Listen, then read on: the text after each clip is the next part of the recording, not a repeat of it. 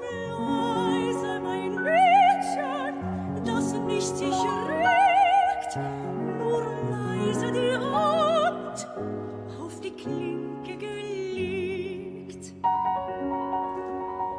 Mit Tritten wie Tritte der Elfen so sacht, um ohne die Blumen zu hüpfen, flieg leicht hinaus in der Mondscheinnacht, zu mir in den Garten zu schlüpfen.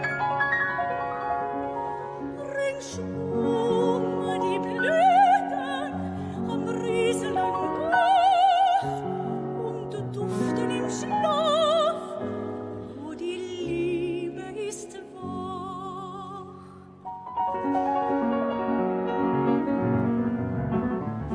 Sitz nieder, hier dem Netz geheimnisvoll, und in den Linden beugen dem Nachtigall, und zu Häupten soll von unseren Küssen träumen. Und die Rose,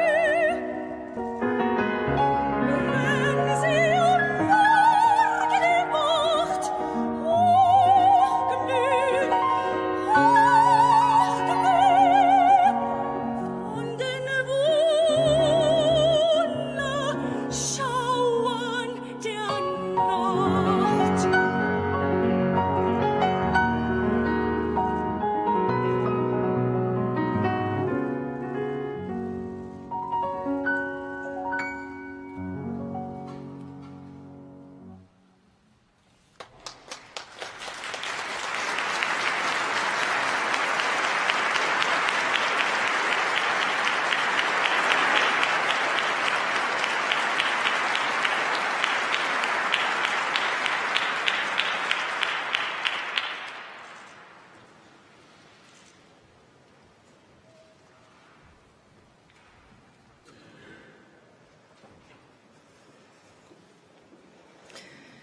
Your Majesties, Your Royal Highnesses, Nobel Peace Prize Laureate, Your Excellencies, distinguished guests, ladies and gentlemen.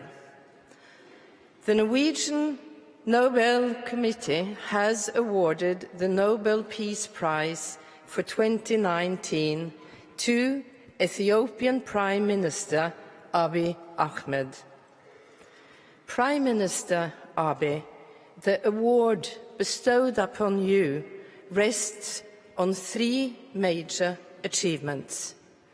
First, your crucial role in creating peace between Eritrea and Ethiopia. And second, your efforts to build democracy in Ethiopia by strengthening civil liberties and developing institutions. And third, but not least, the award is given to you for your contribution to peace and reconciliation processes in East and Northeast Africa.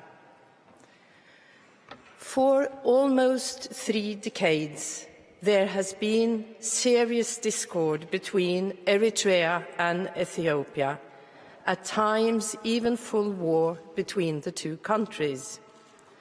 The hostilities have involved land disputes, military clashes along your common borders, and a permanent breach in diplomatic and political relations. Since 2002, it has been developed into what has become known as a no peace, no war situation.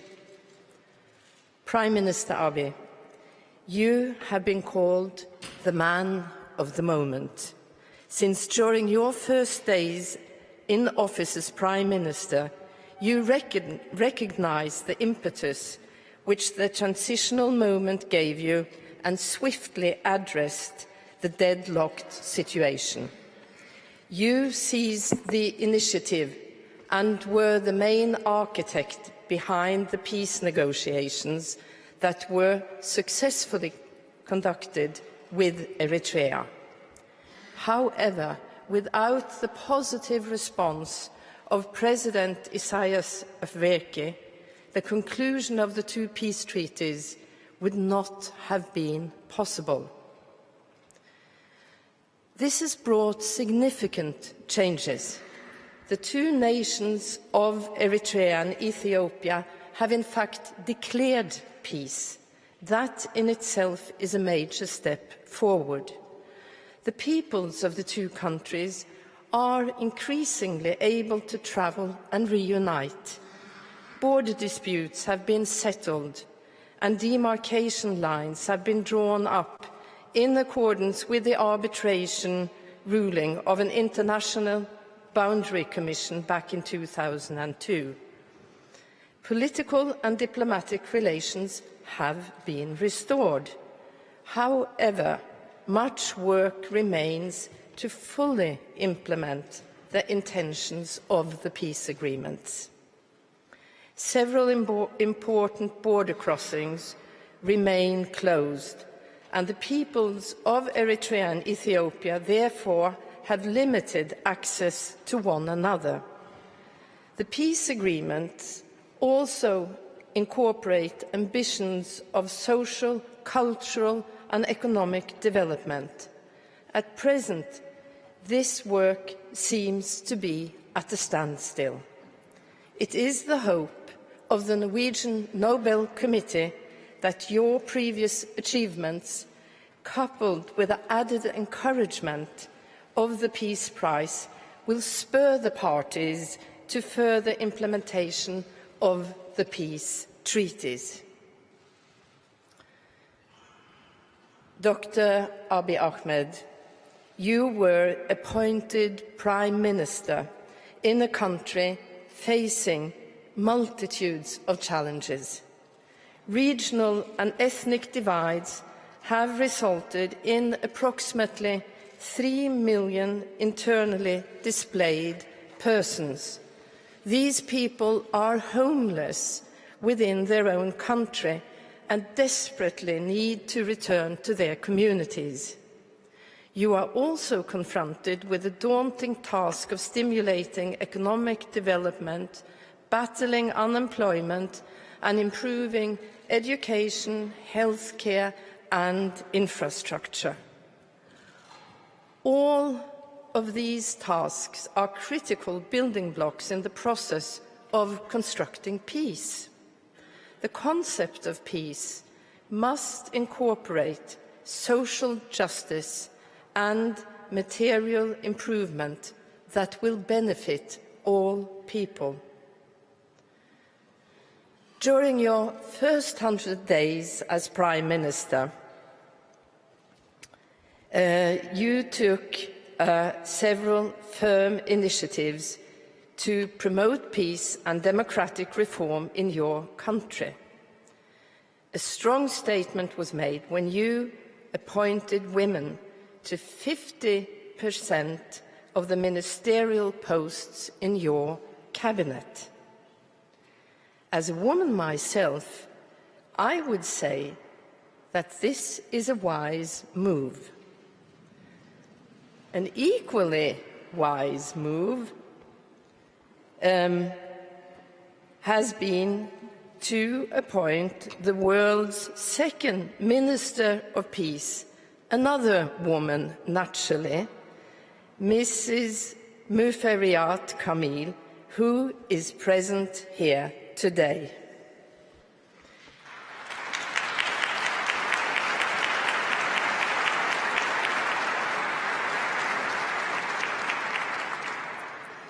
Even the President of Ethiopia is now a woman, in addition to which you have appointed a female Supreme Court Chief Justice.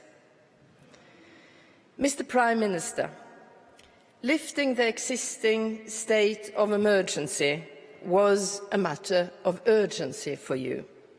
You granted amnesty to thousands of political prisoners, thereby acknowledging that opposition is part of a healthy democratic environment.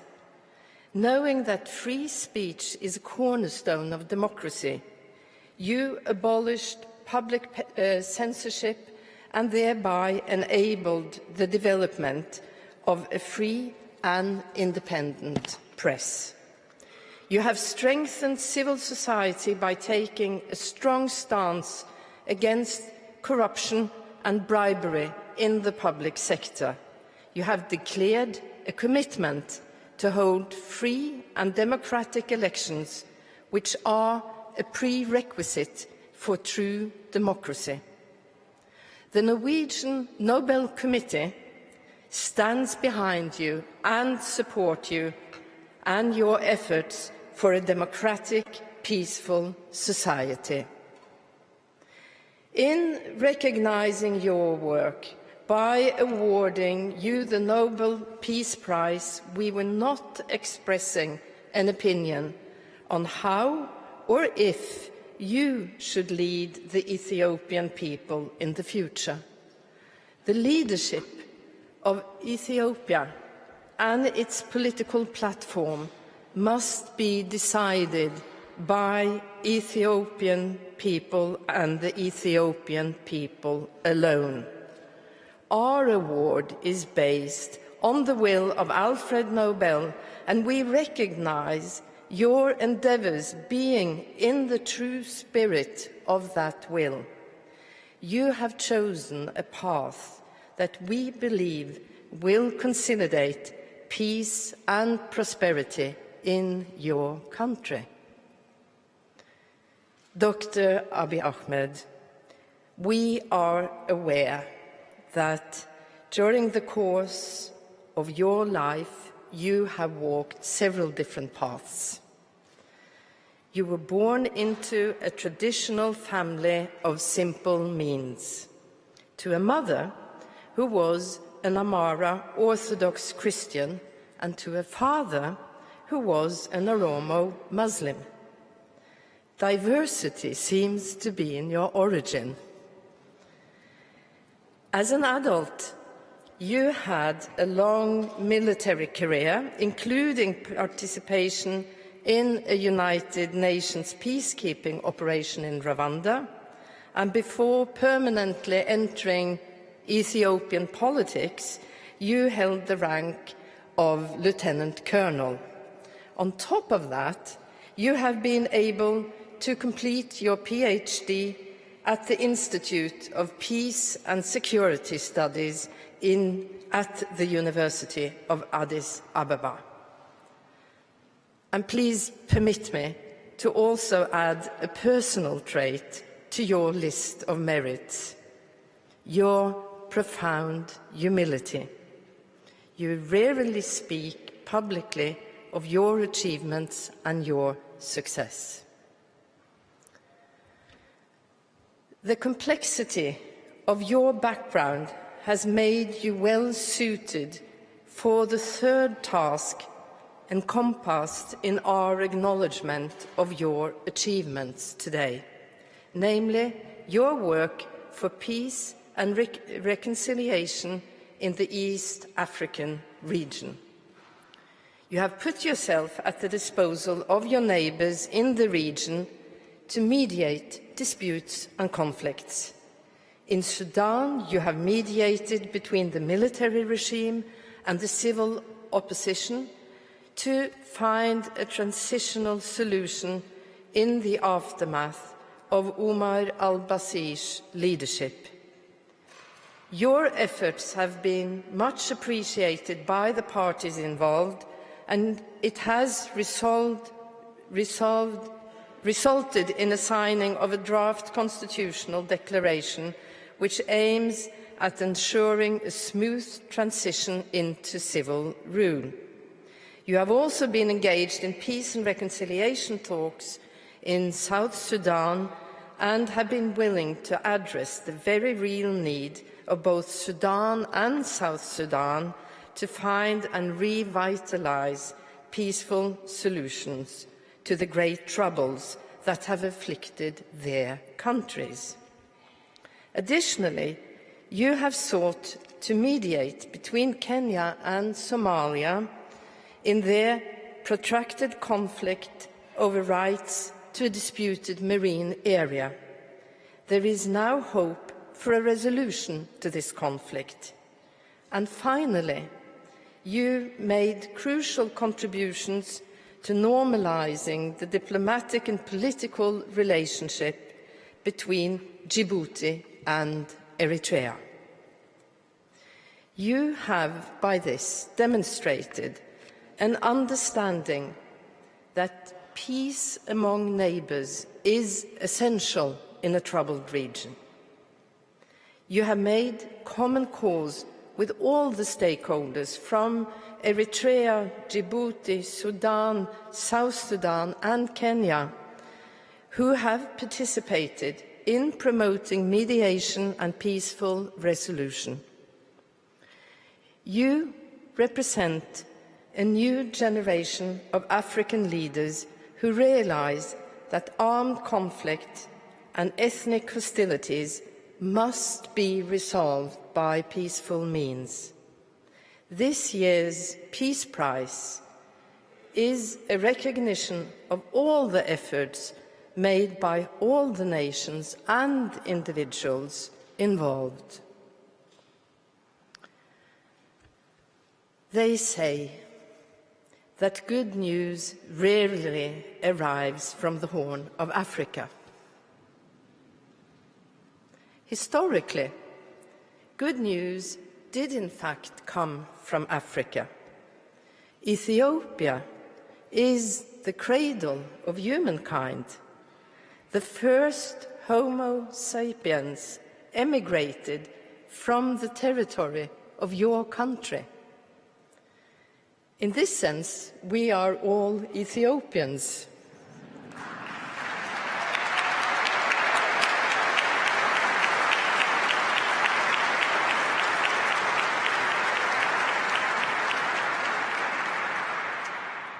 Your country has a unique history,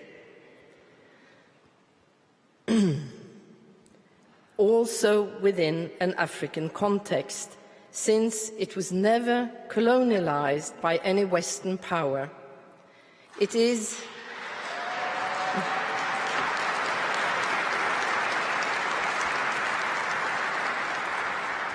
and it is in part for this very reason that Ethiopia is home to the African Union.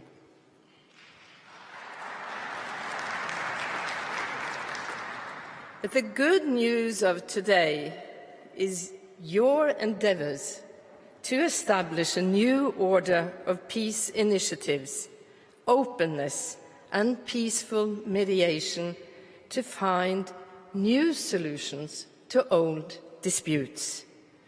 The Norwegian Nobel Committee fully understands that peace is created in cooperation with others. But when we are awarding the Peace Prize to you as an individual, because you have personally made an extraordinary difference across several arenas, it is the totality of your efforts that convinced us that it is you, Mr. Prime Minister, who have made the most significant contribution to peace in the past year. In phrasing my statement this way, I am, in fact, quoting the terms of the will of Alfred Nobel. You have also fulfilled another requirement according to the will, namely to strengthen fraternity, both between peoples and between nations. The first African to receive the Nobel Peace Prize, Albert Luthuli, eloquently expressed the vision of the Peace Prize in his acceptance speech here in Oslo on 10 December 1961. Speaking as a minister of the Church Shortly before the Christmas holidays, he said, "May the day come soon when the people of the world will rouse themselves and together effectively stamp out any threat to peace in whatever quarter of the world it may be found. When that day comes, there shall be peace on earth and goodwill amongst men, as was announced by the angels." Albert Luthulli's vision probably exceeded even Alfred Nobel's imagination.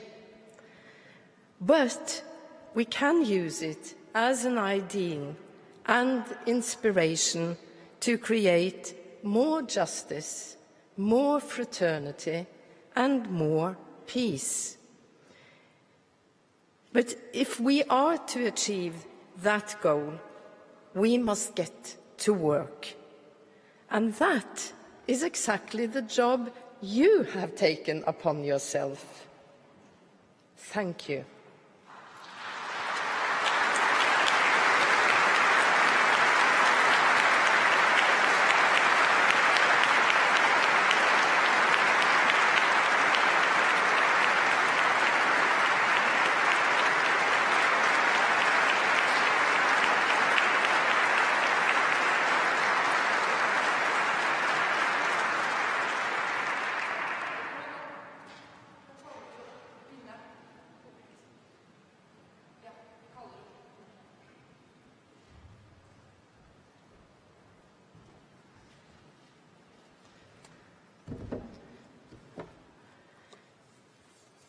Mr. Prime Minister, I got lost in words. I'm here to give you an award in the form of a diploma and a gold medal.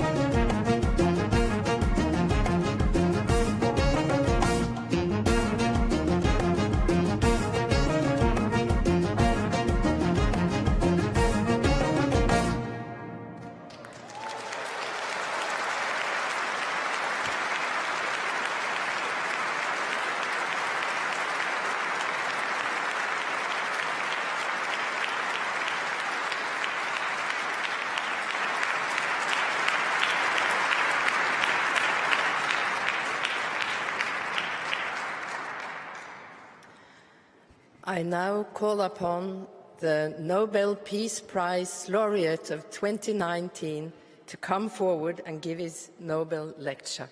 Prime Minister.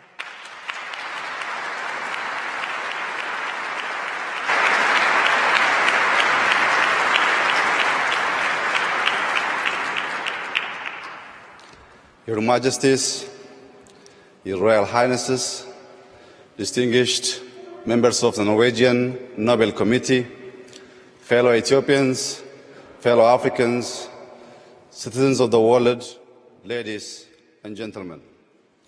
I am honored to be here with you today and grateful to the Norwegian Nobel Committee for recognizing and encouraging my contribution to a peaceful resolution of the border dispute between Ethiopia and Eritrea.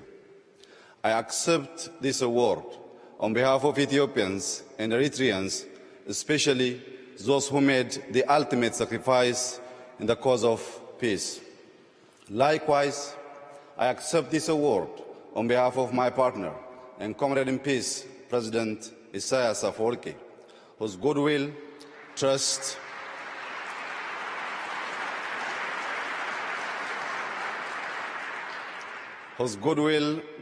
and commitment were vital in ending the two-decade deadlock between our countries. I also accept this award on behalf of Africans and citizens of the world for whom the dream of peace has often turned into a nightmare of war. Today, I stand here in front of you talking about peace because of faith. I crawled my way to peace through the dusty trenches of war years ago. I was a young soldier when war broke out between Ethiopia and Eritrea. I witnessed firsthand the ugliness of war in frontline battles. There are those who have never seen war but glorify and romanticize it. They have not seen the fear. They have not seen the fatigue. They have not seen the destruction or heartbreak, nor have they felt the mournful impotence of war after the carnage. War is the epitome of fail for all involved. I know because I have been there and back. I have seen brothers slaughtering brothers on the battlefield. I have seen older men, women, and children trembling in terror under the deadly shower of bullets and artillery shells. You see, I was not only a combatant in war, I was also a witness to its cruelty and what it can do to people. War makes for bitter men, heartless and savage men. 20 years ago, I was a radio operator attached to an Ethiopian army unit in the border town of Baduma. The town was the flashpoint of the war between the two countries. I briefly left the Foxwell in the hopes of getting a good antenna reception. It took only but a few minutes, yet upon my return, I was horrified to discover that my entire unit had been wiped out in an artillery attack. I still remember my young comrade in arms who died on that ill-fated day. I think of their families too. During the war between Ethiopia and Eritrea, estimated 100,000 soldiers and civilians lost their lives. The aftermath of the war also left untold numbers of families broken. It also permanently shattered communities on both sides. Massive destruction of infrastructure further amplified the post-war economic burden. Socially, the war resulted in mass displacements, loss of livelihoods, deportation, and denationalization of citizens. Following the end of active armed conflict in June 2000, Ethiopia and Eritrea remained deadlocked in stalemate of no war, no peace for 2 decades. During this period, families were split over borders, unable to see or talk to each other for years to come. Tens of thousands of troops remained stationed along both sides of the border. They remained on edge, as did the rest of the country and region. All were worried that any small border clash would flare into a full-blown war once again. As it was, the war and the stalemate that followed were threats for regional peace, with fears that a resumption of active combat between Ethiopia and Eritrea would destabilize the entire Horn region. And so, when I became Prime Minister about 18 months ago, I felt in my heart that ending the uncertainty was necessary. I believed peace between Ethiopia and Eritrea was within reach. I was convinced that the imaginary wall separating our two countries for much too long needed to be torn down, and in its place, a bridge of friendship, collaboration, and goodwill has to be built to last for ages. That's how I approached the task of building peace, a peace bridge with my partner, President Isaias Afwerki. We were both ready to allow peace to flourish and shine through. We resolved to turn our swords into plowshares and our spears into pruning hooks for the progress and prosperity of our people. We understood our nations are not enemies, and instead we were victims of the common enemy called poverty. We recognized that while our two nations were stuck on all the grievances, the world was shifting rapidly and leaving us behind. We agreed we must work cooperatively for the prosperity of our people and our region. Excellencies, ladies and gentlemen, today we are reaping our peace dividends. Families separated for over 2 decades are now united. Diplomatic relations are fully restored. Air and telecommunication services have been reestablished, and our focus has now shifted to developing joint infrastructure projects that will be a critical lever in our economic ambition. Our commitment to peace between our two countries is ironclad. One may wonder how it is that a conflict extending over 20 years can come to an amicable resolution. Allow me to share with you a little about the beliefs that guide my actions for peace. I believe that peace is an affair of the heart. Peace is a labor of love. Sustaining peace is hard work, yet we must cherish and nurture it. It takes a few to make war, but it takes a village and a nation to build peace. For me, nurturing peace is like planting and growing trees. Just like trees need water and good soil to grow, peace requires unwavering commitment, infinite patience, and goodwill to cultivate and harvest its dividends. Peace requires good faith to blossom into prosperity, security, and opportunity. In the same manner, trees absorb carbon dioxide to give us life and oxygen. Peace has a capacity to absorb the suspicion and doubt that may cloud our relationship. In return, it gives back hope for the future, confidence in ourselves, and faith in humanity. The humanity I speak of is within all of us. We can cultivate and share it with others if we choose to remove our masks of pride and arrogance. When our love for humanity outgrows our appreciation of human vanity, then the world will know peace. Ultimately, peace requires an enduring vision, and my vision of peace is rooted in the philosophy of Maddamar. Maddamar, an Amharic word, signifies synergy, convergence, and teamwork for a common destiny. Maddamar is a homegrown idea that is reflected in our political, social, and economic life. I like to think of Maddamar as a social compact for Ethiopians to build a just, egalitarian, democratic, and human society by pulling together our resources for our collective survival and prosperity. In practice, Madamar is about using the best of our past to build a new society and a new civic culture that thrives on tolerance, understanding, and civility. At its core, Madamar is a covenant of peace that seeks unity in our common humanity. It pursues peace by practicing the values of love, forgiveness, reconciliation, and inclusion.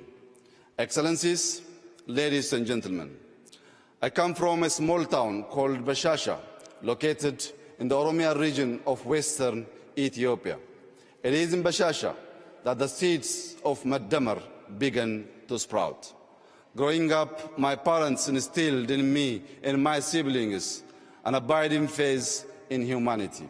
Madamar resonates with the proverb, I am my brother's keeper, I am my sister's keeper.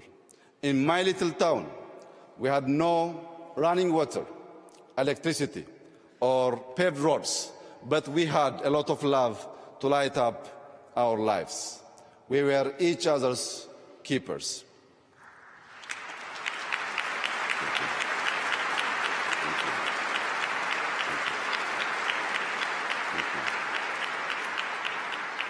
Faith, humility, integrity, patience, gratitude, tenacity, and cooperation, of course, are like a mighty stream.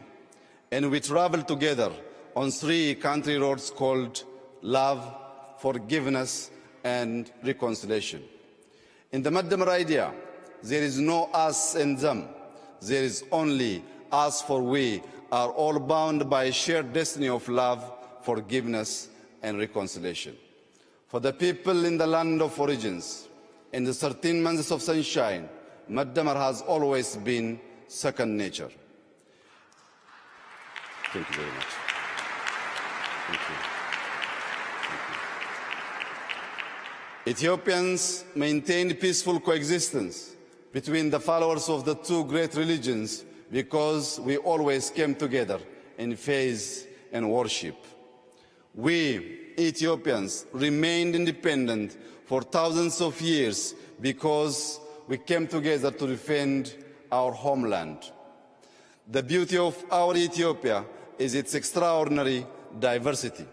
The inclusiveness of Madamar ensures no one is left behind in our big extended family. It has also been said, no man is an island, just the same no nation is an island. Ethiopia's Madamar-inspired foreign policy pursues peace through multilateral cooperation and good neighborliness. We have an old saying, በሰላም እንድታድር ጎረቤትህ ሰላም ይደር ዮ ኦላን ነገያን ብሎ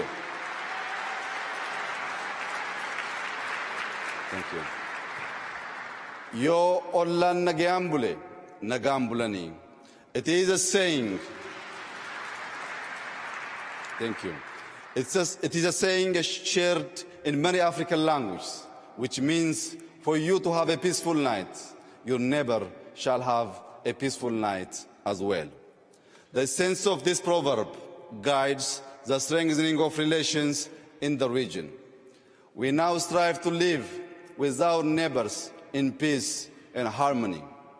The Horn of Africa today is a region of strategic significance. The global military superpowers are expanding their military presences in the area. Terrorist and extremist groups also seek to establish a foothold.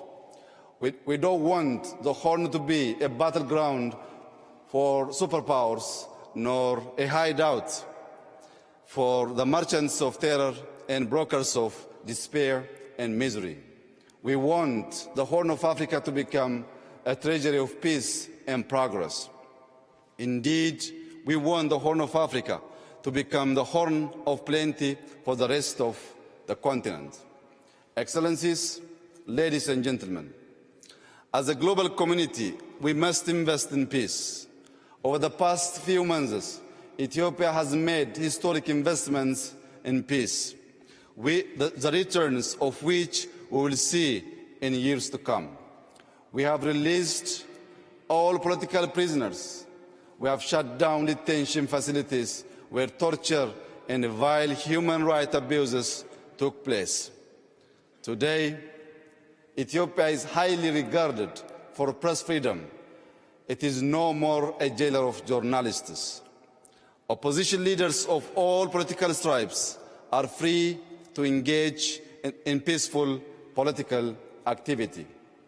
We are creating an Ethiopia that is second to none in its guarantee of freedoms of expression. We have laid... Thank you. Thank you. Thank you. Thank you very much. Thank you. We have laid the groundwork for genuine multi-party democracy, and we will soon hold a free and a fair election. I truly believe peace is a way of life, war a form of death and destruction. Peacemakers must teach peacebreakers to choose the way of life. To that end, we must help build a world culture of peace. But before there is peace in the world, there must be peace in the heart and mind. Thank you.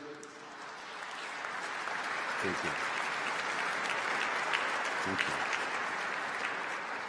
There must be peace in the family, in the neighborhood, in the village, in the towns and cities. There must be peace in and among nations. Excellencies, ladies and gentlemen, there is a big prize for enduring peace.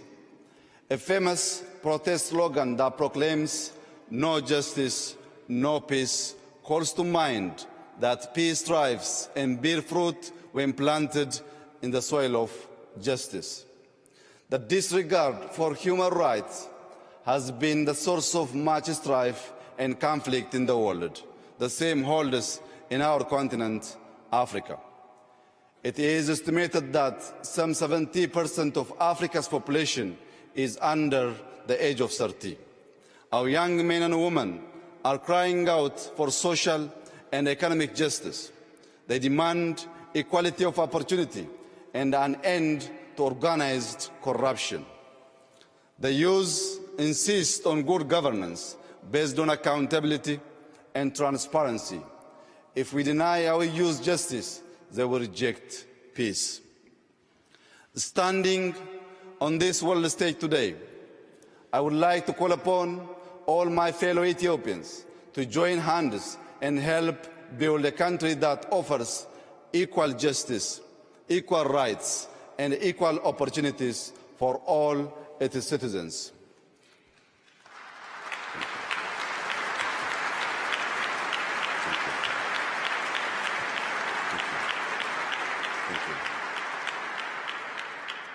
I would like to especially express that we should avoid the paths of extremism and division powered by politics of exclusion. Our accord hangs in the balance of inclusive politics. The evangelists of hate and division are wreaking havoc in our society using social media. They are preaching the gospel of revenge and retribution on the airwaves. Together, we must neutralize the toxin of hatred by creating a civic culture of consensus-based democracy, inclusivity, civility, and tolerance based on Madamar principles. The art of building peace is a synergistic process to change hearts and minds, beliefs and attitudes that never cease. It is like the work of struggling farmers in my beloved Ethiopia. Each season, they prepare the soil, sow seeds, and control pests. They work the fields from dawn to dusk in good and bad weather. The seasons change, but their work never ends. In the end, they harvest the abundance of their fields. Before we can harvest peace dividends, we must plant seeds of love, forgiveness, and reconciliation in the hearts and minds of our citizens. We must pull out the weeds of discord, hate, and misunderstanding, and toil every day during good and bad days too. I am inspired by a biblical scripture which reads, "Blessed are the peacemakers, for they shall be called the children of God." Equally,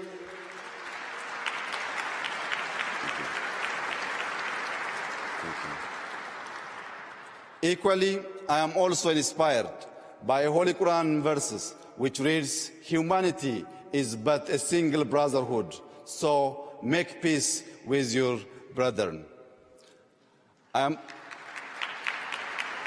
Thank you very much. Thank you. I am committed to toil for peace every single day, and in all seasons, I am my brother's keeper. I am my sister's keeper too. I have promises to keep before I sleep. I have miles to go on the road of peace.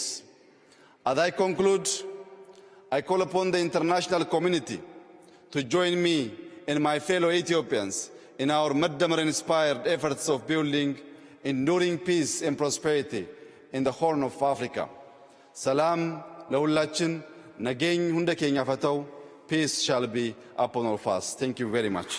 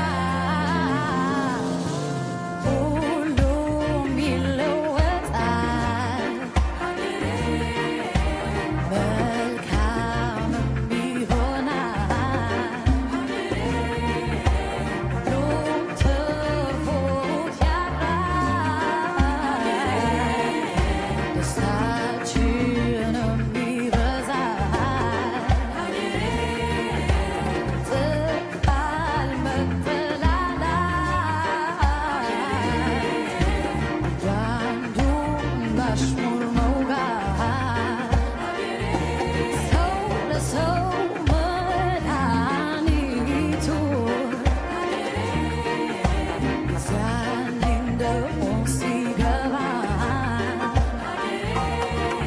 ሀገር ነው ወገን ወገንም ሀገር ብዙ ነው ቋንቋው ግን አንድ ቤተሰብ